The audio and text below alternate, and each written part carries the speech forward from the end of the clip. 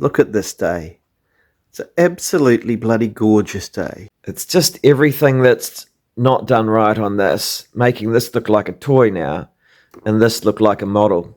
If you've got fuel in here, and air coming in here, and a battery in the battery box, the leaf switch comes together like that, okay? Just there. Then the teeny tiny spark plug over here is going to blow up your fuel air mixture. You're going to see the crank going around, and suddenly you're your own engineer. Keep that spark plug clean. Keep the oil going into this engine, all the moving parts.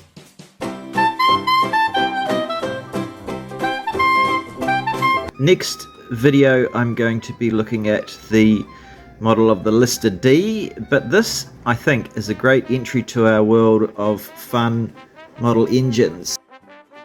What you must do is go down to the bottom of this video, find the thumbs up and press it to get this video seen. I really need your likes.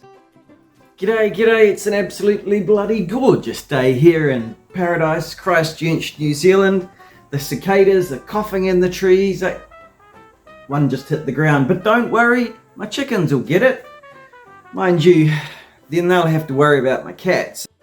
But that's the great circle of life. That's the survival of the fittest, and that's also the economic market. The economic market that we have in the world. Products get replaced by better products. That's the story of today, is survival of the fittest.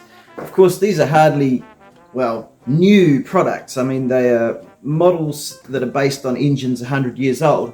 But this isn't 100 years old. This particular market for affordable retro model engines is a market that's around about 10 years old. The first engine to come out was the Microcosm hit and miss engine. Microcosm has since renamed its business as OKMO Models. This is the model here.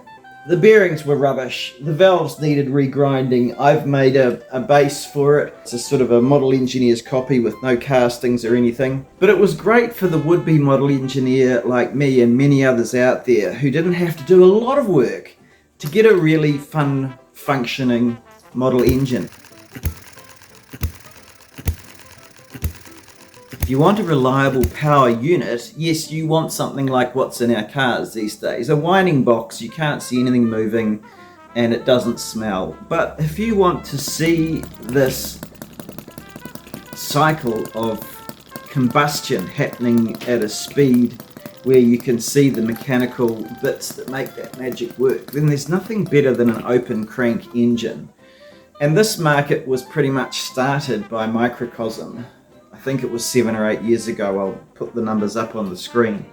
Microcosm, or OKMO as it is now, is really one man and his brother. It's Jin and Dong, and Jin had the dream. He first started as a early 20s making Stirling engines and then simple steam engines, and then moved into internal combustion petrol engines. We spoke, and he was always trying to get his producers to up their game, and as he moved through the Harley series, engineering tolerances that his producers could achieve got better and better. Now you never have to worry about the valve sealing. This is Jin's effort to replace product that's less superior, to replace the enginediy model with an engine pretty much how it should be done. And we're going to see this engine today, Jin's effort at replacing this particular prototype of model engine, or hit and miss engine with this particular kind of ignition. It's quite a distinctive model. You can see the similarities between these two models, and they're both based on a prototype that has, well, it looks more like this one. This is a fairly close scale. This is not at all. But they're both based on the same prototype, and this one just wins in so many ways. But how does it run? So I've just bought this from Jin's website. It'll be available from Stirlingkit and enginediy. It's going to cost very slightly more than the enginediy, and like my chickens eating the cicadas and my cats eating the chickens, it should eat the enginediy model. This is a much superior for pretty much the same price. So why would the enginediy exist anymore? It's going to get eaten. This is the great cycle of the world, And that's the story that I want to bring to you today. Let's see how this runs. We're going to take it through its first run. It's going to be fantastic. OKMO models, formerly Microcosm, such a huge production of engines. We've got the Harley series. This is a famous engine, H-75, the Holt engine from about 100 years ago, the original. My model engine collection is full of OKMO models. Micro Stirling, Scale Stirling, cheap micro hit and miss, model engineering prototypes, two massive flywheels, beautiful construction, and just the nicest manners and sound when it's running make this one of my favourite OKMO engines. It's about a year old.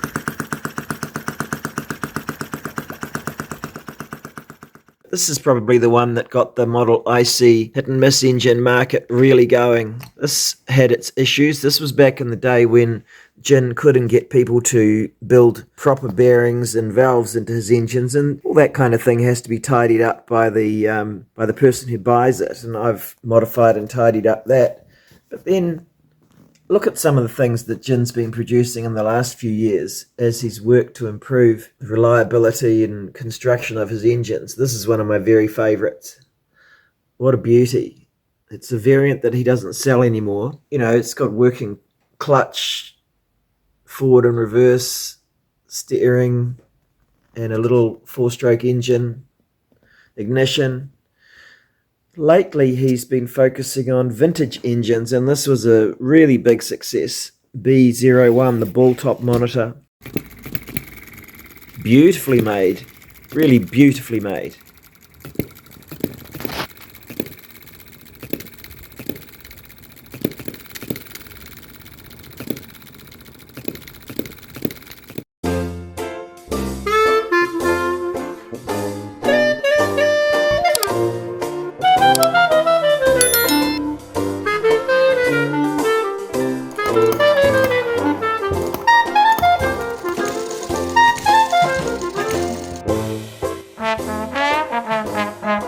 What's in this box from Jin is his new, pretty much replacement for this engine from Engimore, a hit and miss, a basic open crank hit and miss engine that Engimore dropped the ball on, particularly with the operation of the governor in this engine. So let's see what Jin can do these days. Is it out with the Engimore and in with the OKMO? Let's have a look. Sorry about my voice today. I don't know why it's a bit rough.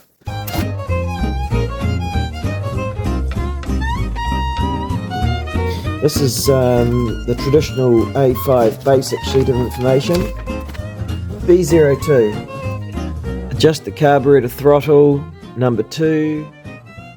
So that's the running and governing instructions. There's the manual. Yeah, that's come a long way from just one sheet of A5. Oh, really thick. Really thick and nice. Yeah, okay, good.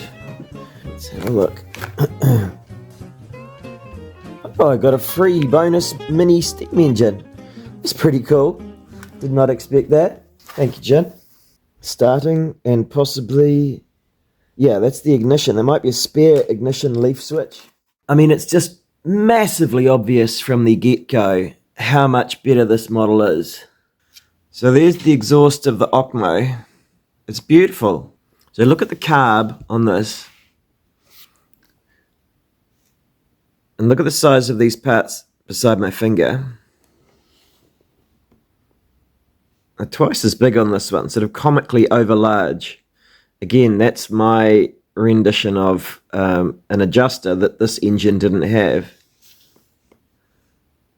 But Jin's engine does have that part. This is Jin's really nice tank. The tank on this one was a total failure. It's a vertical, which means that the pressure, when it's up here, the pressure of the fuel up there to there differs massively and really doesn't work well. The OKMO parts are just so much better finished. The flywheel is typical of how much finer everything is. The size of that. Hole drilled timing wheel in there.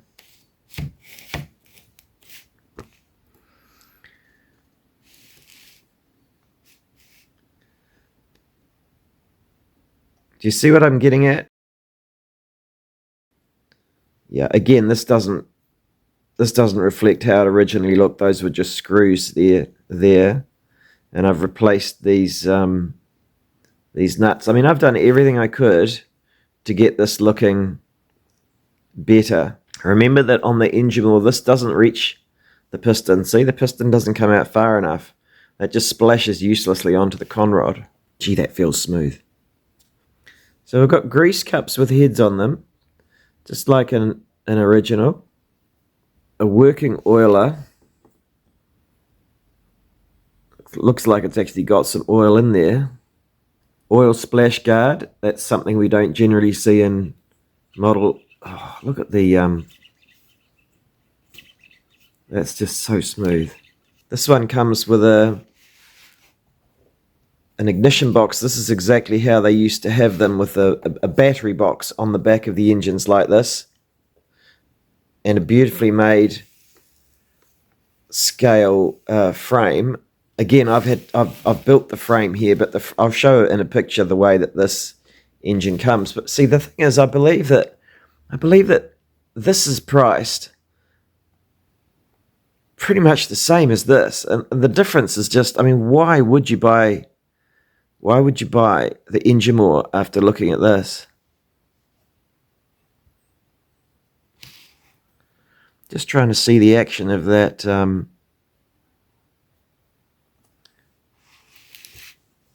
governor. Yeah, we've got a bearing there. Again, that doesn't have a bearing. Yeah, there's the bearing that I've added to the engine wheel, but that doesn't really have a bearing normally. It's just everything that's not done right on this, making this look like a toy now, and this look like a model. Yeah, well done, Jin. But let's see how it runs. That's the important thing, isn't it?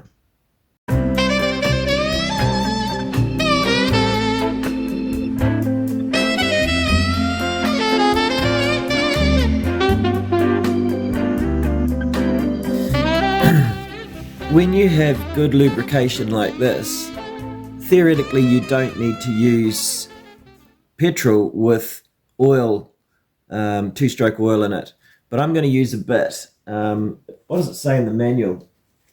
Certainly when the engine's running in, and probably every time I would still use a bit. Even if you look after the oil here and make sure that it's getting oil, I would, it can theoretically run on oil-free petrol, like the originals, but I would mix a bit of oil in. So we've got a single AA battery needed in there. Yeah, 21, I believe, number 21 of the first run of 100. Looks beautiful. Same excellent quality as B01 over here, the ball top. Same paint. Really, really nice. The feel and the sound. Yeah. Yeah, love that sound. We've got the new teeny tiny spark plug over here. Very, very small spark plugs. Love that carburetor. Beyond the sound of the fridge behind me, you probably can't hear it, but there's a little whine in the bore there. That will wear out as it runs, probably on its third run or so. A run on these can take, a good hour, because maybe even longer than an hour once you get it down to really slow speed. Okay, so we need a battery, we need fuel, we need coolant, we need a bit of oil, and that'll be us ready. Right, we're going to check the battery ignition. Turn that on.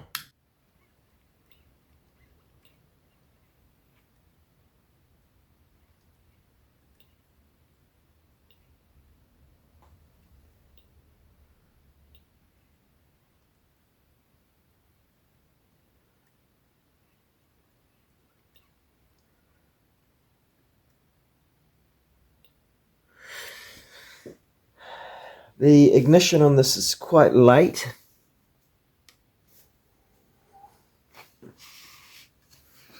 If I'm hearing it correctly, there. Could be there, but it's there. So I need to change that.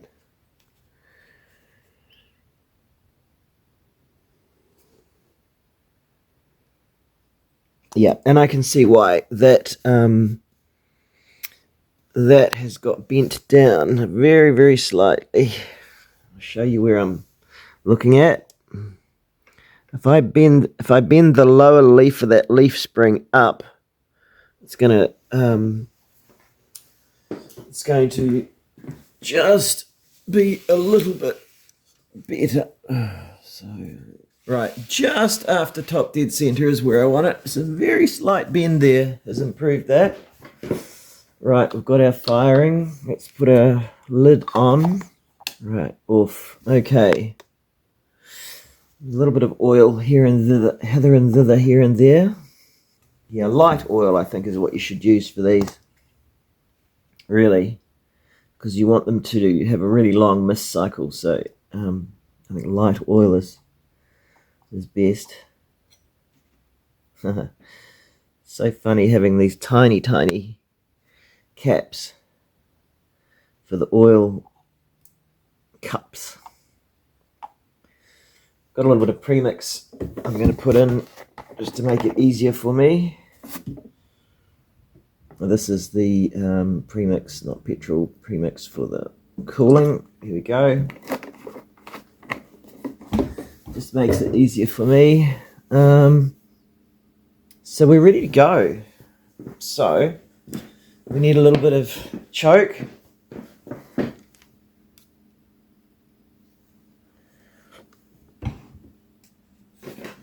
Oh yeah, I can see we do appear to have fuel in there, so let's do that up all the way because I probably flooded it.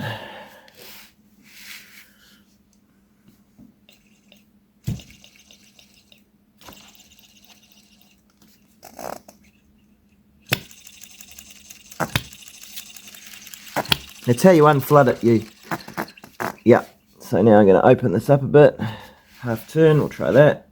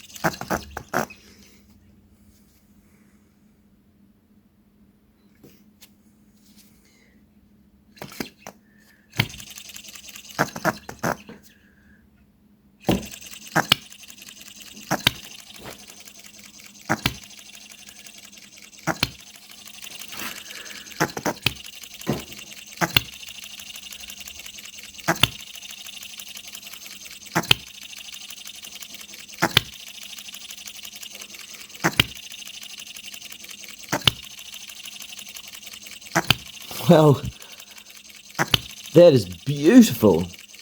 How quiet is that?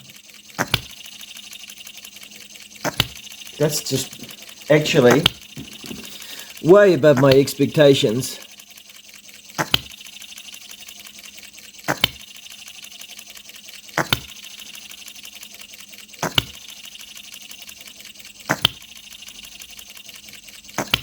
Single firing.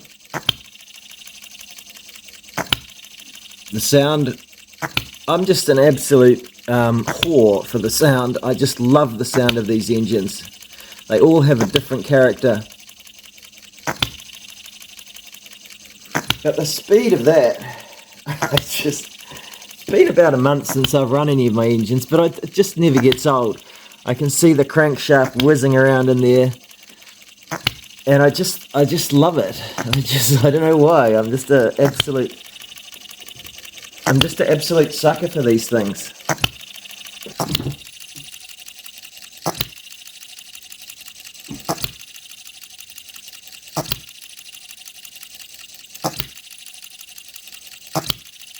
I just don't think you could get much better than that right off the bat.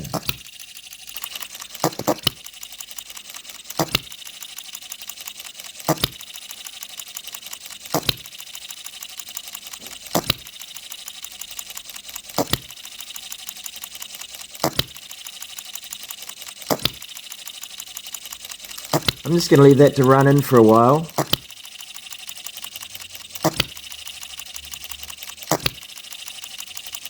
I know that I could mess with the,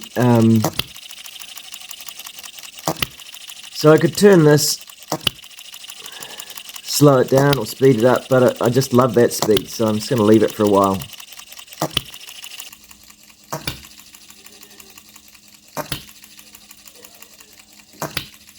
Well done, Jen.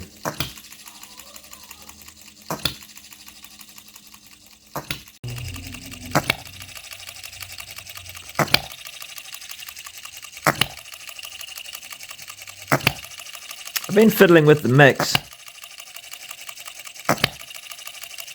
It seems to be not at all fussy. Some of my engines are quite fussy about this fuel air mixture, which you control with the needle there, and this just doesn't seem to be fussy at all.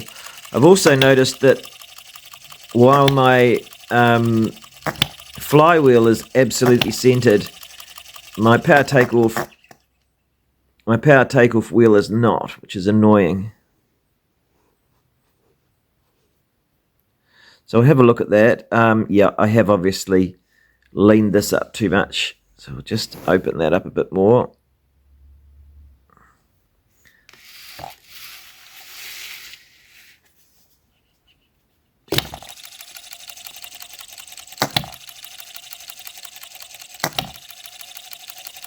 How's our fuel going? It should last for absolutely ages at this speed. Yeah.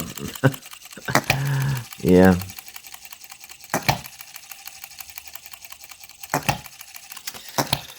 So am I going to retire the engine more? Well, I had a lot of fun back in the day making a base for this.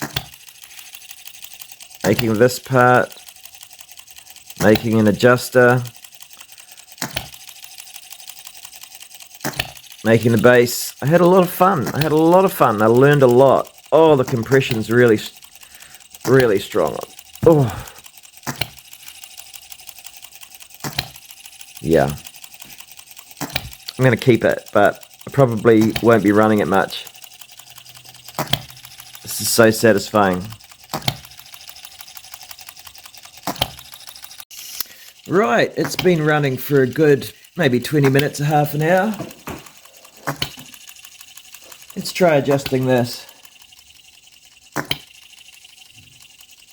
Oh, it's got a lock nut on it. I'm going to unlock it. Yeah, it needs the lock nut. Unlock it. No, we need to take that in a bit. To make it run faster, we move that in.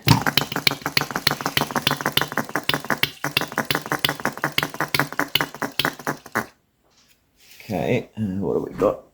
Your fuel mixture becomes more important as you change the governor. Okay, it will. Yeah, so we're gonna. I think it's too rich, so we're just gonna try that.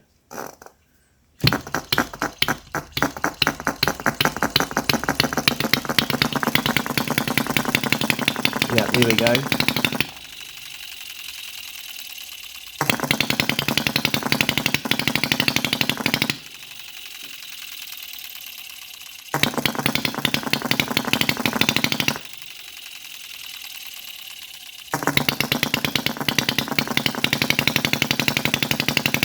Okay.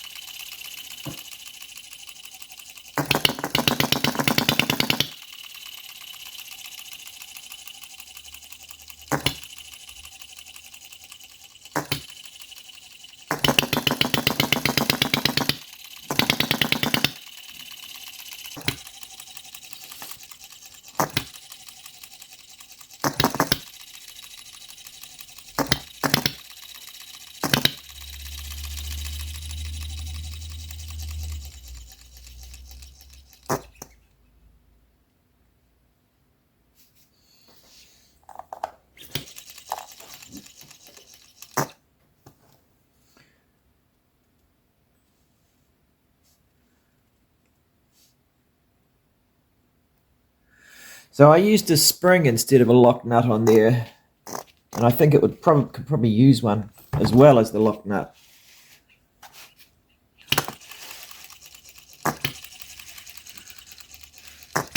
Jeez, that can really run slow, can't it?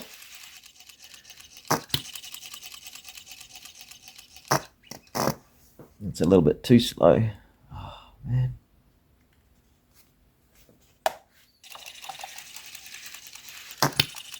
Yeah, that's nice. I mean, it was perfect the way it was. I shouldn't have messed with it. But it just goes to show you it's not terribly useful messing with it.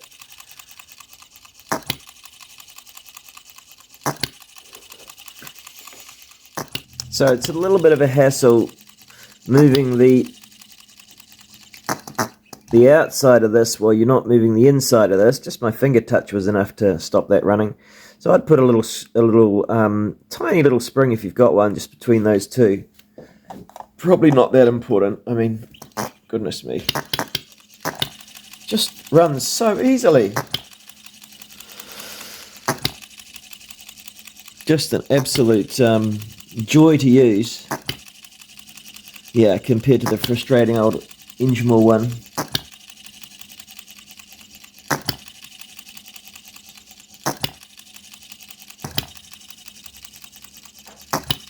If your governor's perfect, there's my conclusion. Don't mess with it. If you've got nice single firing like this, don't mess with the governor. It's a bit of a pain to get right.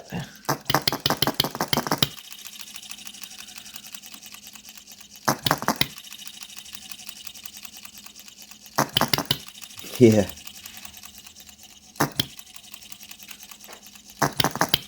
Yeah, okay, stop. I can see oil down in the oil pan, really, underneath the crank, but there's not really much on the ground. Not any dirty oil. Not from out of the engine.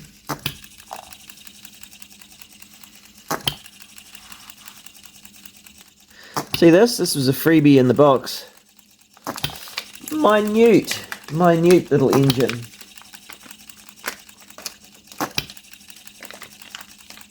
Micro steam engine. What a cool little freebie.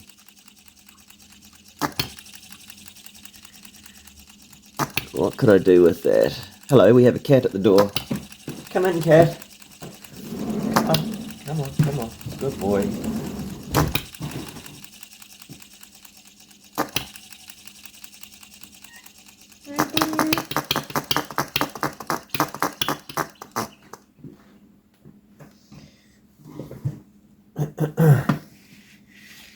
So, did I flood it? I'm just going to pinch this closed and we'll find out.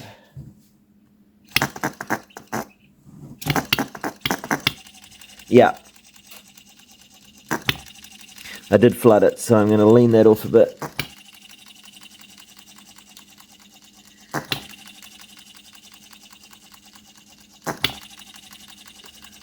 Very slightly.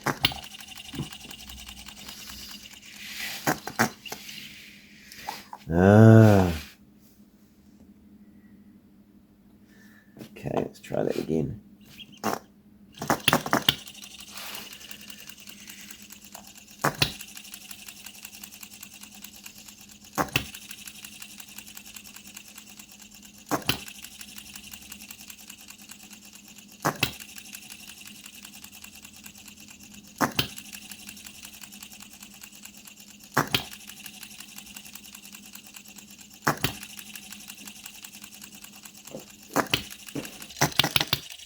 Okay, so we're watching that quite closely. It's come down to about half full.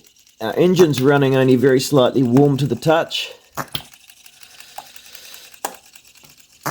All is in order. Okay, I'm going to bang around in the kitchen now and keep an eye on this while I make some food for the kids when they get home from school. There's the top of the water hopper. This is much more scale. Look at the frame of the engine here compared to that one. And the castings on this are pretty rubbishy.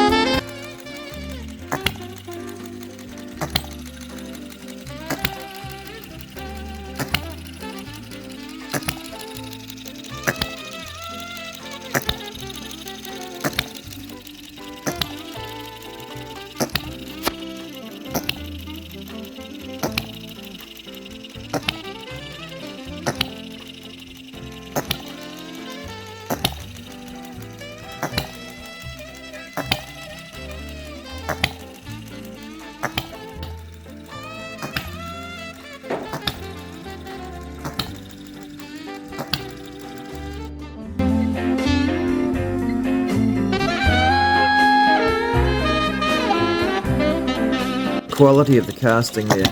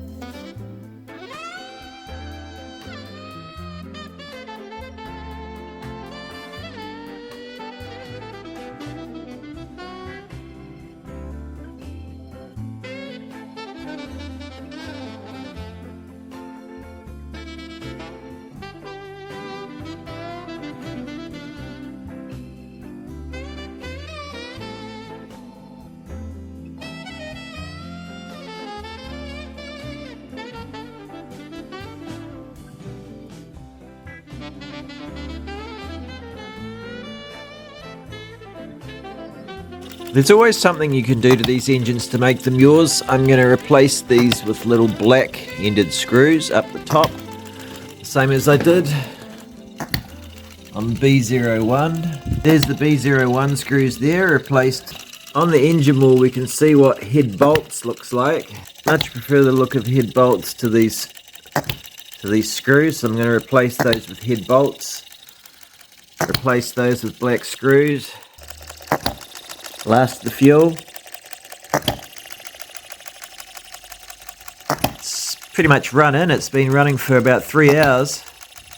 I mean, you know, a couple more runs would be even better, but no rattles, no clonks, just long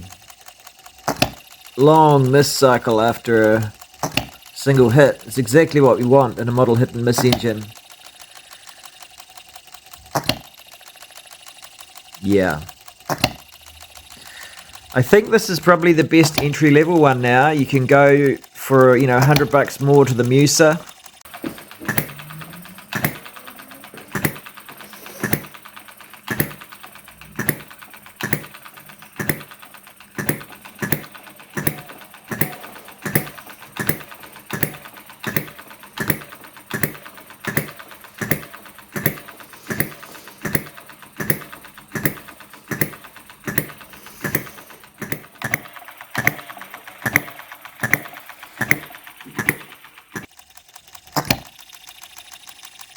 But geez, you don't need to, really. This is really a good job. Well done.